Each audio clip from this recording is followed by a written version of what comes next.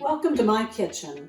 Like you, I've been doing a lot of baking and cooking these last few weeks, but something I've never made, pepperoni rolls. But why should I? I live in Marion County and I'm just minutes away from some of the best pepperoni rolls in the state. So I thought I'd take this time and try my hand at making pepperoni rolls. I'm using a recipe that I used with my bread maker, except my bread maker broke recently, so I'm still using the same recipe, and I've done it for a few other dishes and it seems to turn out okay, so I'll give it a try.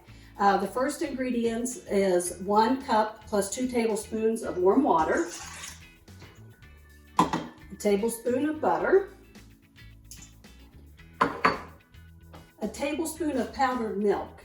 If you can't find powdered milk, I have made this before with just using 1 cup of the water and then 2 tablespoons of whole milk. I've got a teaspoon and a half of salt, 2 teaspoons of sugar, but it's really not a sweet dough. And I've also been measuring my flour. This is 3 cups of bread flour, but like I said, been using scales to measure it. If you don't happen to have bread flour, all-purpose flour works. It's just a little less chewy. And then I have the yeast.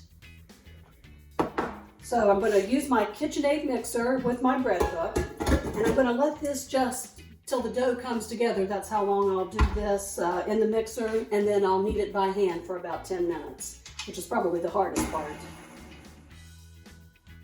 So now probably the hardest part, and using a little bit of muscle, is actually taking the dough and kneading it for the next 10 minutes. But that seems to develop the gluten a little bit better than just using the dough hook. So I really thought about getting a new bread maker, but once I kind of got the hang of this, it didn't seem as important.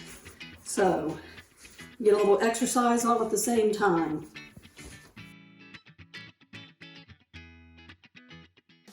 All right, now let's check our dough. As you can see, it's doubled in size. So I'll sprinkle a little flour out on the counter so we can roll these out. Now, most people would probably break off pieces into little balls and then roll out each individual one. I'm going to try something a little different here since we're experimenting all the way around. Instead of doing that, I think what I'm going to do is roll out the whole dough and then roll the pepperoni, cut it in strips with my pizza cutter, and then roll the pepperoni rolls out that way. So I don't think they'll go to waste if it doesn't turn out exactly how I had planned in my mind. Let's see if we can get, say, 3. Let's do it just a little bit wider.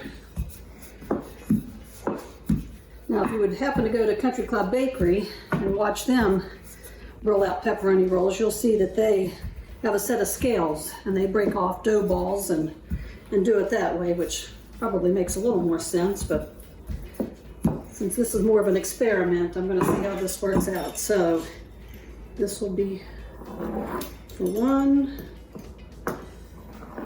So let's see here.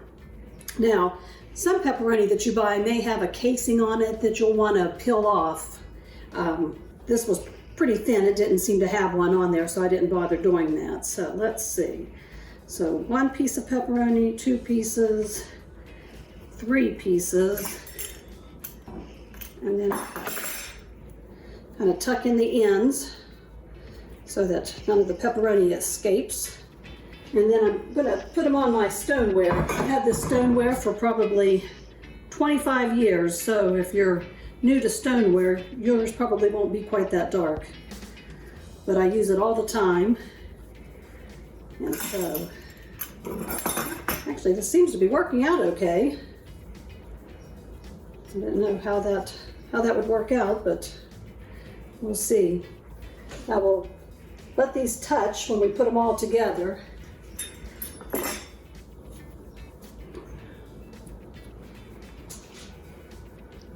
So here's what we have.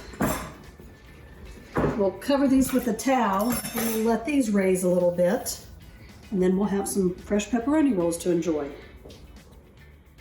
Okay, we've let them raise for a few minutes, and they've raised pretty nicely, and I'm about to put them in a preheated oven that I've heated at 350 degrees. So we'll put these in and set a timer for 15 minutes and then check them after that time. So the moment of truth. We've baked the pepperoni rolls for about 18 to 20 minutes in a 350 degree oven. And I don't think they turned out too badly. I don't think anybody will confuse them with an authentic one baked, say, at Country Club Bakery, but they're not too bad. I'm going to just put a little bit of melted butter over the top just to make the rolls a little shinier. You don't have to do this part.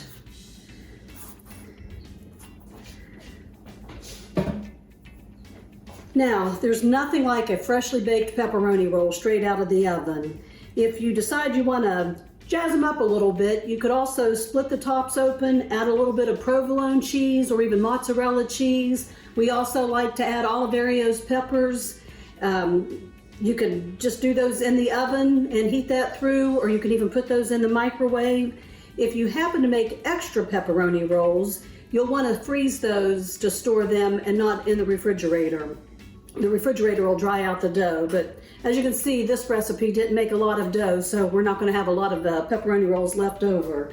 So let's just cut one and see how they've turned out.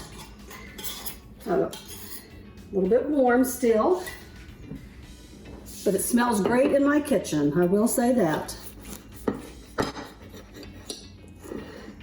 So there you have it, a freshly baked pepperoni roll. So hopefully you'll be able to visit Marion County soon and enjoy one from Country Club Bakery, Colacesanos, Mario's, but in the meantime, find a favorite dough recipe, use frozen bread dough, and make your own pepperoni rolls. You won't be disappointed. Enjoy.